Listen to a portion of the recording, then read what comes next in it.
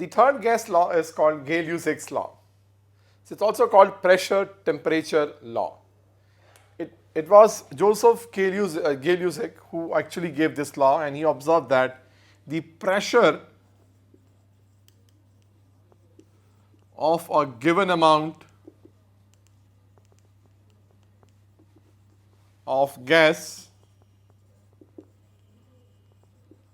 is directly proportional to its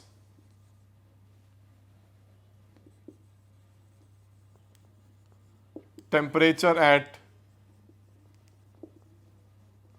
constant volume. So P is proportional to T at constant volume. Since we keep the pressure constant, delta V is 0, this process is called isochoric. These processes or the study is called isochoric.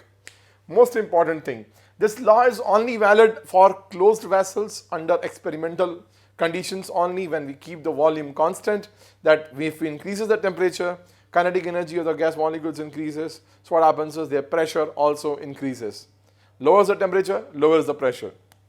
From this here we can make out P by T will be constant, and therefore P1 over T1 will be equal to P2 over T2. So that is why what we have is called Gay-Lussac's law of the gaseous state.